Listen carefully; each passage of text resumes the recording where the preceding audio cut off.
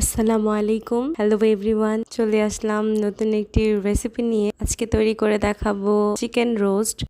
Roast রান্নার জন্য এখানে আমি নিয়েছি 14 পিস চিকেনে আমি প্রথমেই পরিমাণ মতো দিয়ে দিলাম লবণ, তারপরে দিয়েছি 2 টেবিল চামচ মরিচের গুঁড়ো আর দিয়েছি 1 টেবিল চামচ আদা রসুনের বাটা। মরিচের গুঁড়াটা আমি একটু বেশি করে ব্যবহার করেছি, এতে করে কালারটা অনেক সুন্দর আসবে। তারপরে দিয়ে দিচ্ছি টক দইটা আমার ঘরে বানানো। টক দইয়ের রেসিপি লাগলে অবশ্যই কমেন্ট করে জানাবেন। আমি এখানে 3 চা চামচের মতো টক দই দিয়ে চিকেনটাকে খুব ভালোভাবে মেখে নিচ্ছি। ম্যারিনেট করে রেখে দিব 5 মিনিটের জন্য। পাশের চুলায় আমি পেঁয়াজের বেরেস্তা করে নিচ্ছি।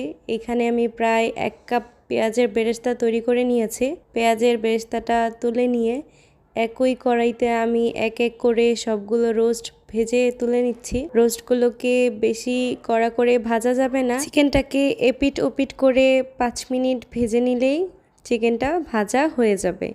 এর থেকে বেশি ভাজতে গেলে চিকেনটা টাইট হয়ে যেতে পারে, তার জন্য আমরা অল্প করেই ভেজে নেব। আপনারা চাইলে কড়া করেও ভেজে রোস্টটা রান্না করতে পারবেন। চিকেনের পিসগুলো ভাজা হয়ে গেলে আমি এক এক করে তুলে নিচ্ছি। একইভাবে সবগুলো চিকেনের পিসগুলোকে আমি ভেজে বোলে তুলে নিয়েছি। সাথে আমি বাটা মশলা তৈরি করছি। জয়ফল, জয়ত্রী, পোস্তদানা নিয়েছি। সবগুলো পরিমাণই আমি দেখিয়ে দিলাম। তার সাথে নিয়েছি চীনাবাদাম আর কাঠবাদাম। সবগুলো বাটা মশলা ভালোভাবে বেটে পর একটা বড় হাঁড়ি নিয়েছি রোস্ট রান্না করার জন্য।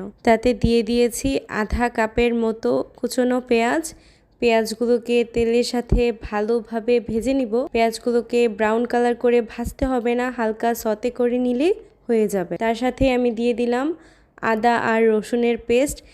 আমি চিকেনে প্রায় 3 টেবিল চামচের মতো আদা রসুনের পেস্ট ব্যবহার করেছি। আপনারা আপনাদের চিকেনের পরিমাণ অনুযায়ী আদা রসুনের পেস্ট ব্যবহার করবেন। মশলাগুলোকে কষানোর জন্য পরিমাণ মতো পানি দিয়ে দিলাম। তারপরে দিয়েছি পরিমাণ মতো লবণ। 1 চা চামচের মতো লবণ দিয়ে আমি তাতে দিয়ে দিলাম বাটা মশলাগুলো ভালোভাবে কষিয়ে নিতে হবে। এই পাশে আমি টক দইটাকে ভালোভাবে ফেটিয়ে নিচ্ছি। এখানে প্রায় 3 চামচের মতো টমেটো সস দিয়ে দিব। টক দইয়ের সাথে টমেটো সসটা ভালোভাবে মিক্সড করে নিব। টমেটো সস আর টক দই এই দুইটা রোস্টের মেইন ইনগ্রেডিয়েন্ট। দইটা মিক্স করে পেঁয়াজের মিশ্রণে দিয়ে দিচ্ছি রোস্টের মশলা। আমি রাঁধুনি রোস্টের মশলার আধা প্যাকেট ইউজ করেছি। 3 কেজি মুরগির জন্য আধা প্যাকেট মশলা ব্যবহার করা হয়েছে, তার সাথে বাটা মশলা তো আছেই। মশলাগুলোকে ভালোভাবে কষিয়ে এই পর্যায়ে দিয়ে দিচ্ছি টক দই সসের মিশ্রণটি। তারপরে আমি দিয়ে দিলাম 1 মুঠ পেঁয়াজের বেরেস্তাটা এই পর্যায়ে দিলে চিকেন রোস্টের ফ্লেভারটা অথেন্টিক আসে। সাথে দিয়েছি 4টা এলাচ আর 2 ফালি দারচিনি। পরিমাণ মতো সবগুলো উপকরণ দেওয়া হয়ে গেলে মশলাগুলোকে ভালোভাবে কষিয়ে এক এক করে চিকেনের পিসগুলো মশলার সাথে মিক্স করে নিচ্ছি। এখন শুধু নেড়েচেড়ে চিকেনগুলোকে ভালোভাবে রান্না করার পালা। এ পর্যায়ে উল্টে পাল্টে চিকেনগুলোর সাথে মশলাগুলোকে ভালোভাবে মিক্স করে নিব আর কিছুক্ষণ পর পর উল্টে পাল্টে দিয়ে রোস্টগুলোকে কষিয়ে নিব। মশলাগুলো চিকেনের গায়ে লেগে এলে এ পর্যায়ে দিয়ে দিব আধা কাপ পানি। চিকেনগুলো ভালোভাবে সেদ্ধ করার জন্য পানিটা দিয়ে আমি একটা ঢাকনা দিয়ে ঢেকে দিচ্ছি। 5 মিনিট পরে ঢাকনাটা তুলে চিকেনগুলোকে নেড়ে চেড়ে দিব যাতে নিচে লেগে না যায়। একই সাথে এ পর্যায়ে চিকেনে অ্যাড করব কাঁচামরিচ। আমি প্রায় 6 থেকে 7টি কাঁচামরিচ অ্যাড করেছি। এতে করে রোস্টের ফ্লেভারটা দারুণ আসে, খেতেও খুব ভালো লাগে। কাঁচামরিচগুলো দিয়ে ভালোভাবে নেড়ে চেড়ে আরও 10 থেকে 15 মিনিটের জন্য চুলায় রেখে দিব। 10 থেকে 15 মিনিট পরে অ্যাড করছি পরিমাণ মতো চিনি।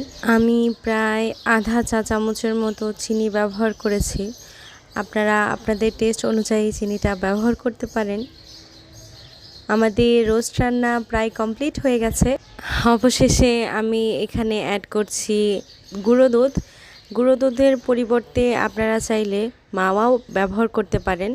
গুঁড়ো দুধের সাথে অ্যাড করছি আমি ঘি।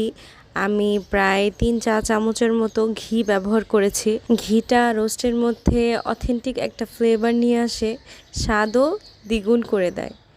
আমি যেভাবে রোস্টটা রান্না করেছি আপনারা প্রপার রেসিপিটা ইউজ করলে ইনশাল্লাহ অনেক ভালো একটা বেনিফিট পাবেন। আশা করছি আমার রেসিপিটি ট্রাই করবেন, আর ভালো লাগলে অবশ্যই আমাকে কমেন্ট করে জানাবেন আমার রোস্টের রেসিপিটি আপনাদের কেমন লেগেছে। সবগুলো উপকরণ দেওয়া শেষে ভালোভাবে নেড়ে চেড়ে চুলায় আরও কিছুক্ষণ দমে রেখে নামিয়ে নিব আমার তৈরি মজাদার রোস্ট।